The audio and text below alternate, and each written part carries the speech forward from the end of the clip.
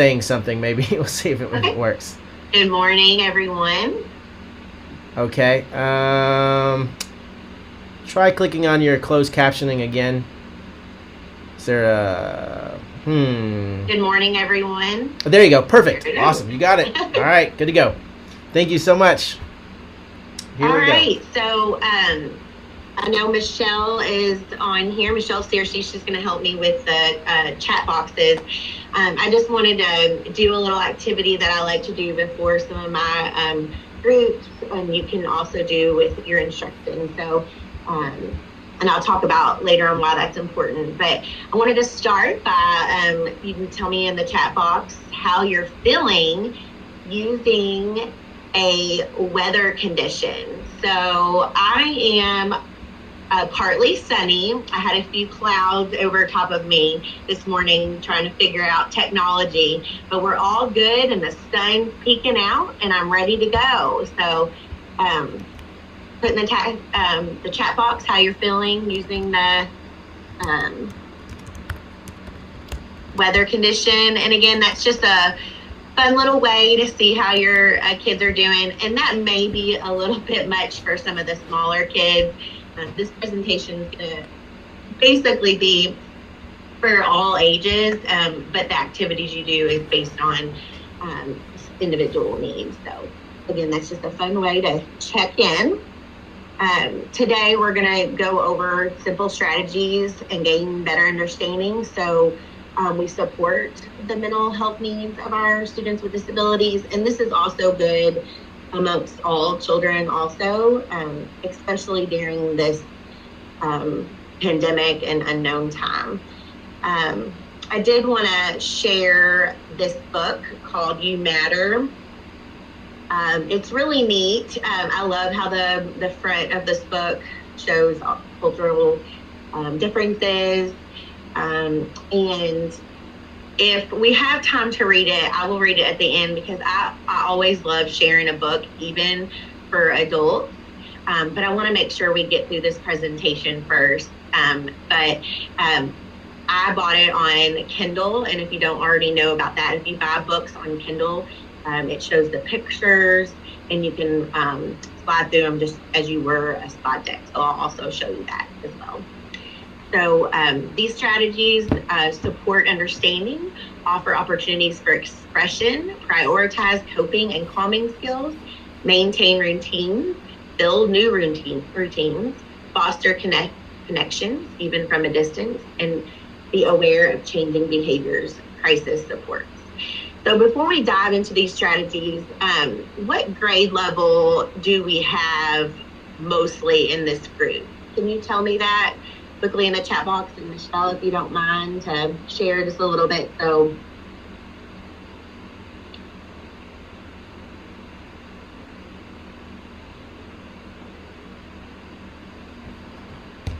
can you hear me?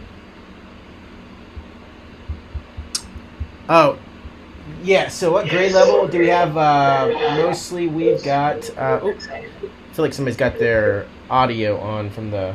There we go. Perfect. It looks like we've got a lot of elementary school. I'm seeing like Mill Creek and Hartstern in there. Lake Elementary, Chenoweth Elementary. Great. So I'll definitely go through that book. And just as I'm talking about different activities, I wanted to make sure I'm speaking to our audience. So I wanted to share this quote. It says, similar to everyone, it's a work in progress. We are literally figuring it out day by day. But the good news is we've relied on each other as partners and collaborators in a really deep way, and that's where the success is coming from. So I like this quote because we're used to collaborating, but we're also planners, and right now it's really hard to do that. And it's even harder for our students with disabilities and even more so our parents. So it's really important to come together and collaborate and just dive into those relationships and try to build on them in an organic way. I know that's hard this time. It's just hard for me, so I can only imagine how it's hard for our students with disabilities. And even more some our parents. So we're going to talk about our parents too some during this presentation. So the first little slide I wanted to show more of is Maslow's hierarchy of needs. And I just wanted to reshare this. I know all of us have seen this, but we often forget that this is still our job during this remote learning time. We aren't face-to-face with our students in real time. And so it's easy to forget that that's part of our job too. And, you know, that's unfair sometimes to us, that that's our job to keep our kids safe and make sure they're getting their needs. But it is still our job to make sure our kids are getting their needs met. And, you know, as the slide said before, if their needs aren't met, they're not ready to learn. And so there's different ways that you can do this.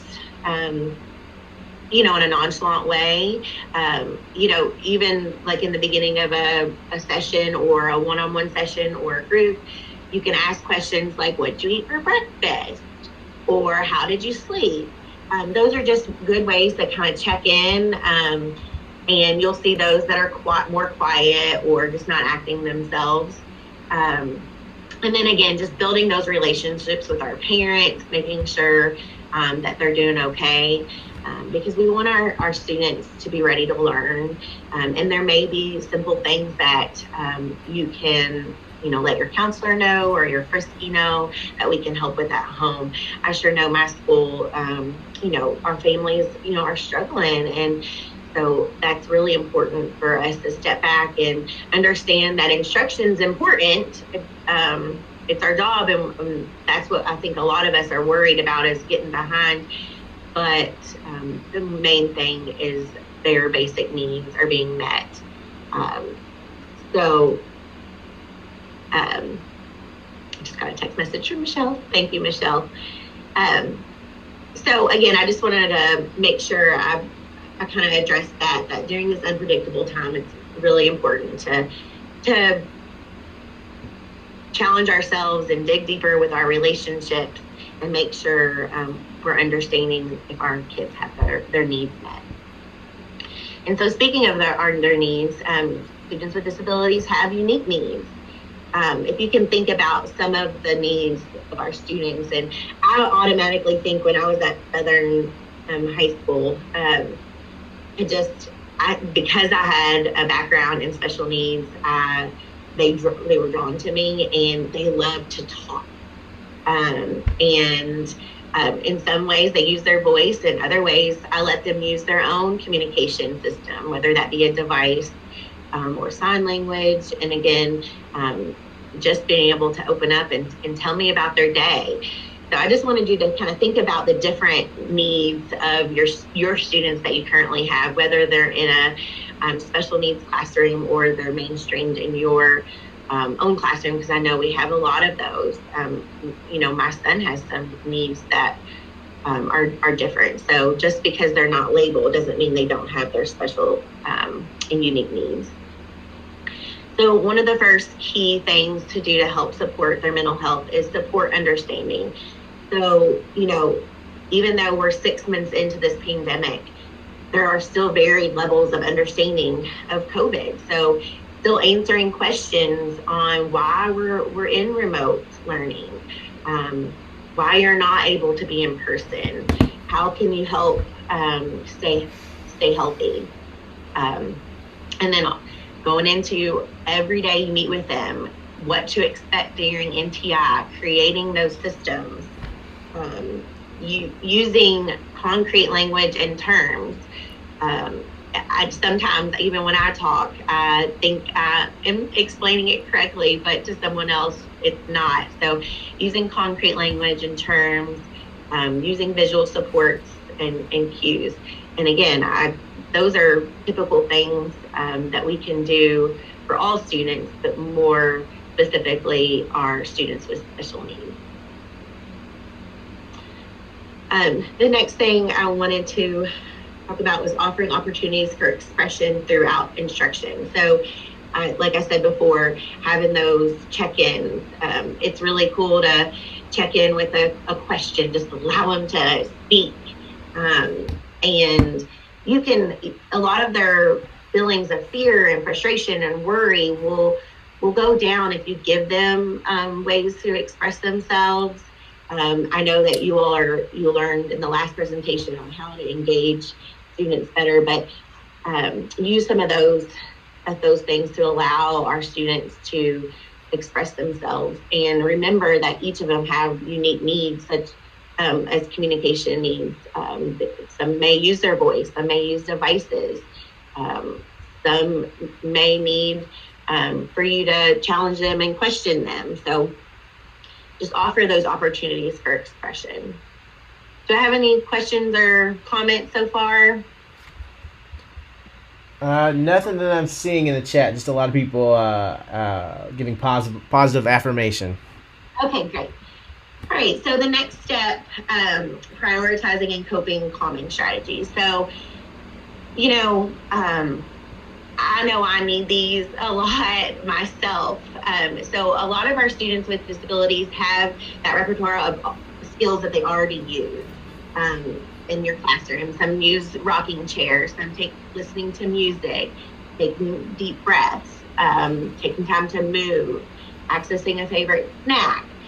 There's things that you all already use and they already use. So just reminding them to do them at home as they're on the computer or they're doing activities because they're going through all these different emotions. So just reminding them and reinforcing that you already have a lot of these skills in place. And we'll talk a little bit more on some of the things that we can use to remind them. Going back to choose the student's calmest day to initiate instruction. That goes back to building the relationship with the parent and saying, it's really hard in the afternoons. Can we meet in the morning? Or do you have strategies to help me more during his calmest day? And then create a concrete and visual routine to support these coping and calming strategies. So we may use lists and check-offs and in different visual cues at school, but we also can support those at home and make them at school and send them at home, just to create new visuals at home and ask the parent, are they experiencing a certain behavior when you need to get up and go to work and it's time for instruction? They just want to lay in bed. And so forth. So again, create new things that they can do to help calm themselves. And we'll go over a little bit more strategies in other areas at the end. Ensure the student is using these strategies. So again, if you can see them rocking too much or getting agitated, again, reinforcing and reminding, okay, are you taking your deep breaths? Are you counting to 10? Because it's really difficult, because that's normally our job, is to help facilitate calming and coping strategies, and help the family create those self-management plans when they're feeling anxious, and sharing what is making them most anxious. All right, so one of the big things when we talk about calming strategies, a lot of our students with disabilities like their routines, and that's why it's really hard for them. And again, I'm like that too. I need my structure. So help the families maintain routines. So we're still waking up at a decent time. We're still going to sleep. Your daily living skills have a checklist of, brushing your teeth, taking a shower, using those task analysis and visual schedules. And they may look different from what you did at school, but try to create those things that you would at school for home, if the parent is wanting to use those. I think that if you get them used to it in a regular instruction day when we're in school, it's helpful putting that in use at home. And you can talk a lot about those at parks, even when we're not in a pandemic. I always like to send those things at home and the pictures that we're using. This is an example of a visual schedule, but it doesn't have to be in depth of this. It can be a checklist, and so forth. And then I put here an example of a movie night. So I've had to do this for my own family, is create our own routines. So we're having some sense of structure. And a lot of times people don't want to do a family movie night or things like that because they're in front of a screen. But if that's something that they've always done, I suggest keep doing that, and then add other things like a family game night. So again, these are just things that you can let your parents know that you want to help them with in keeping that routine going that you've always done. It's important for our students. And I like I said, I said myself when I'm doing NTI with my own kids last school year, and when I didn't follow the schedule, everything broke loose. It was a wash. But when I had my schedule out and they were able to check off what they were doing, it was better. And like I said, that's the typical learner. We're talking about our learners with unique needs. So it's very important to keep the structure and routines and base it on their specific needs. It may look different for each of your students. And then as we're building new routines, talk to your parents and students about transitioning away from the devices when it's not time for instruction online. I know that's difficult for some children and adults because that's our time. But if you establish like clear and consistent routines, it will be easier. You can use a visual timer, visual countdown systems, a simple alarm. You also can, another good way to build routines is offer choices. This gives them a sense of autonomy and motivation. So last night, for example, I wanted my kids to wake up in the morning. I gave them a choice. Do you want to wake up and draw or color or read a book, or do you want to go outside and take a walk? But just offering choices to get them motivated and get going. Again, I'm talking about a typical learner in my house, but it's even more important for our students with unique needs. And then lastly, another way to build routines is create a to-do list. Again, it goes back to creating those expectations, reducing distractions, and letting them know what to expect every day, and they're able to check off. This is what I have to do today. And hopefully the parents will see less of those feelings of anxiousness and worry, and even behaviors, because I know that all these needs and feelings of frustration may create behaviors that often weren't seen at home. We've talked a lot, some about the behaviors, so we need to really foster those connections even from a distance. Individuals with special needs are more susceptible to social isolation and loneliness, and this may be worsened during the quarantine. So explicit facilitation to ensure social connections to continue is key. So that may be difficult for some of you to create. It doesn't come as organically, and then in front of a screen it's even harder, but using those engaging ways that you've learned in other presentations is really key, and creating different ways to communicate with your family so they are comfortable. I know that you can build on these opportunities by just saying hello, not during actual instruction, just saying, how is Bobby's day going? How are you feeling? Ask them how they're doing and how you can help them. If they feel like that you're there for them as well, it again creates that relationship of trust. And I can't say that enough, that relationships is one of the key things in all of this, and how we're going to be successful with instruction is our relationships with parents and our students, and especially with our students with unique needs, and because they're struggling and they're seeing possible behaviors that they've never seen before, lashing out at them. And again, we'll talk a little bit more about that when we talk about crisis. And then again, going and evaluating needs of individual student basis. So, the levels of disabilities ranges in our school, and so it may look different for each of our families. And I talk about doing a drive-by. That may not be something that your principal wants to do, but you can simply, go by the house and not even get out of your car. Or you can just say hello. I know a lot of my students are driven by music, and you can go by and play their favorite song out of their car. And again, those are just simple ways to create those connections, and not always in front of the screen. You can send little postcards. I know a lot of you have probably already done that. We're good at these things already, but it's just fostering those connections and just thinking outside of the box, so we can build on our relationships.